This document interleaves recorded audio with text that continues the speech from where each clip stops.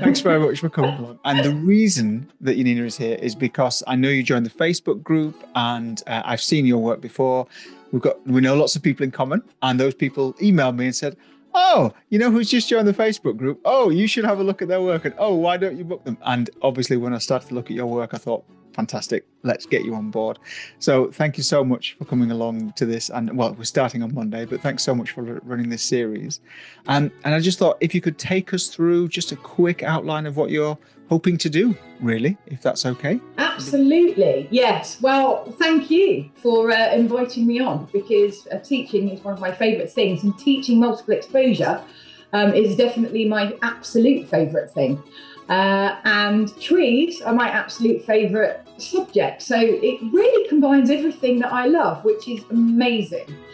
And I'm looking to kind of build up over the 3 weeks. So I'm looking at the basics of taking the trees in the round, kind of pet ventosa style to begin with.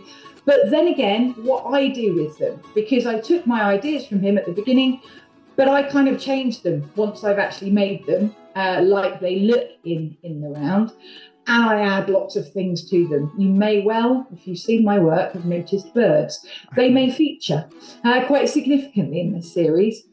And then we'll look at fantasy trees, so trees that have got something a little bit different. So adding birds, adding different details to it, putting trees upside down, doing 180 degrees with trees, all kinds of different things which take this wonderful subject and just enhance it and make it look otherworldly.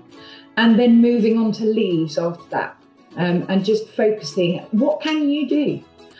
And all three of those sessions will include bits on out of camera multiple exposure. So we'll be looking at Photoshop, and we'll be looking at some things that you can do in camera. So there is something for everybody, Mark. Fantastic. Even for me in there, I'm sure. Even for me. Absolutely for you.